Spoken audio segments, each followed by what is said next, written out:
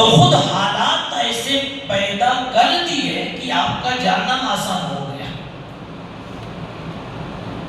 کبھی کبھی ٹرین پر جب چڑھو تو بھیڑ بہت ہوتی دروازے ہی پر، لیکن پیچھے سے لوگ دھکیلتے ہیں کہ خود بخود سیٹ پر جا کے بیٹھ جاتا ہوں. تو پیچھے سے دھکیلنے والوں کا احسان نہیں ہوا، وہ نہ ڈھکیلتے تو میں جا ہی نہیں پاتا. ان بچوں نے سفر نہیں کیا اس لیے نہیں جانتے، لیکن دیکھیے حضرت سمجھ رہے ہیں ہوتا ہے. اور دوسری بات میں بتا دوں، حجر اسود پر پہنچنے کے لیے، بوسہ دینے کے لیے حاجی جب کوشش کرتا تو خود سے جانے کے چکر میں پڑے تو گھنٹوں نکل جاتے ہیں. وہ بھی کبھی جا کے ریورس ہو جاتا ہے، اور میں کیا کرتا چپ چاپ کھڑا ہو جاتا. پیچھے والے ڈھکیلتے رہے اور میں دھیرے دھیرے پہنچتا رہوں، یہاں تک کہ پہنچ جاتا. کچھ بات سمجھ میں آئی؟ نہیں سمجھ آئی؟ جی جی. اللہ ایسی جگہوں سے، ایسی شکلوں سے، ایسے راستوں سے کام نکال لینا جانتا ہے، بنا دینا جانتا ہے جہاں کسی کی نگاہ بھی نہیں جاتی. اس لیے اس کا نام لطیف. اور اسی طرح کی مہربانی نصیب ہو جائے تو کہتے ہیں خدا کا لطف. اور سمجھنے کے لیے کہہ دیتے ہیں خدا کا لطف و کرم ہے. تو آج ایسا ہی میرے ساتھ ہو گیا.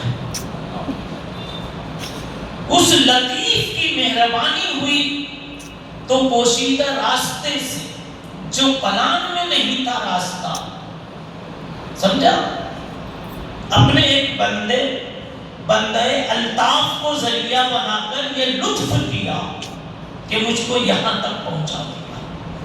اللہ تعالیٰ مولانا مفتی الطاف صاحب شاکی زیبا علمہ و مجدہ کو جزائے خیر عطا فرمائے. بیچارے محبت کا، شاگردی کا حق ادا کرتے ہیں. اللہ ان کا اکرام فرمائے. آمین. تو اتنا مجھے تھوڑا سا کہنا تھا، لیکن میں نے سوچا اس انداز میں کہوں کہ طالب علم بیٹھے ہیں جن کو کچھ علمی فائدہ ہو جائے، تشکر بھی ہو جائے، تعلم بھی ہو جائے. دونوں باتیں سمجھ لیں. اب آئیے اسی پر میں بات کرتا ہوں جو دو لفظ ہاتھ میں آ گیا. بچوں، اگر تین چیزیں تمہارے اندر میں جمع ہو گئی تو آپ اپنے زمانے کے 20 سال کے بعد علامہ اور محدث اور مفسر اور خطیب اور مصنف اور بہترین مقرر کیا سے کیا بن سکتے ہیں. تین باتیں ہونی چاہیے، اور تینوں باتیں تفعول سے. یہ تفعول والے ہیں کہ حفظ والے؟ حفظ والے. تو آپ سمجھانا جی، یعنی تینوں ایک وزن پر ہیں. پہلی چیز تفکر. ہو سکتا ہے 4 بن جائے. پہلی چیز تفکر، دوسری چیز تشکر بلکہ تعلم، اور تیسری چیز تشکر، اور چوتھی چیز تضرع. کسی آواز آ گیا جی بچوں سنو، تمہارے کام کی بات بتا رہا ہوں، اور الفاظ اب سادہ کر.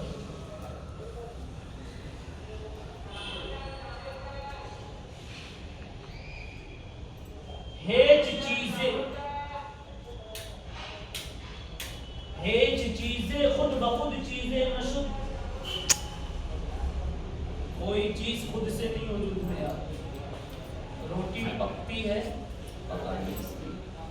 جی روٹی پکتی ہے پکانے سے، گاڑی چلتی ہے چلانے سے.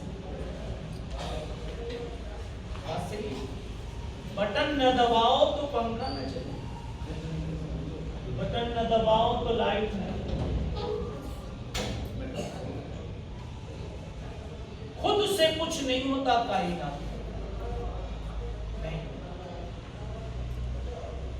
جب خود سے کچھ نہیں نہیں ہوتا تو علامہ جو بنا ہے وہ بھی خود سے نہیں بنا، کچھ بننے کے لیے کچھ کرنا پڑا۔ آپ کا مکان بنا تو ڈائریکٹ نہیں بن گیا، اس کے پیچھے کئی کام ہوا ہے۔ پہلا کام تفکر ہے۔ کیا کام؟ تفکر۔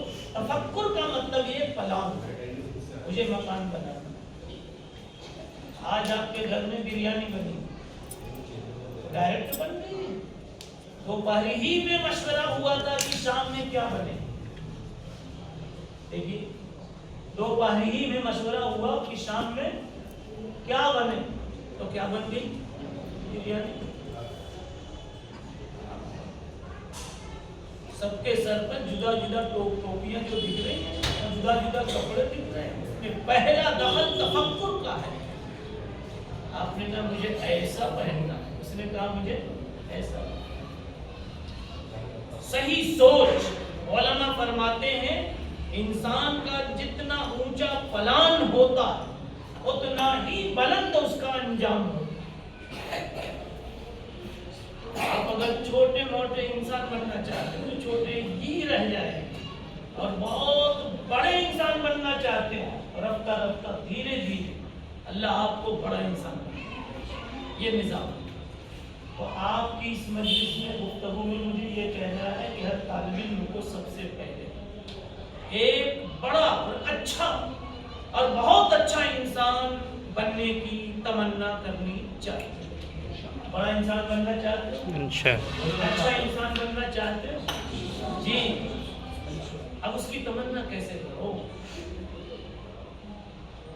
کوئی بہت اچھا قاری قرآن پڑھ رہا ہے، کوئی بڑا اچھا مقرر تقریر کر رہا ہے، کسی بڑے ولی کا نام سن رہے ہیں، جیسے ابھی شیخ المشائخ حضرت مولانا پیر ذوالفقار صاحب رحمۃ اللہ علیہ، پورے عالم اسلام نے ان کو ولی مانا،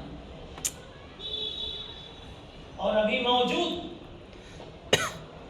شیخ الاسلام حضرت مولانا مفتی تقی عثمانی صاحب دامت برکاتہ پوری دنیا نے وقت کا علامہ اور سب سے بڑا علامہ۔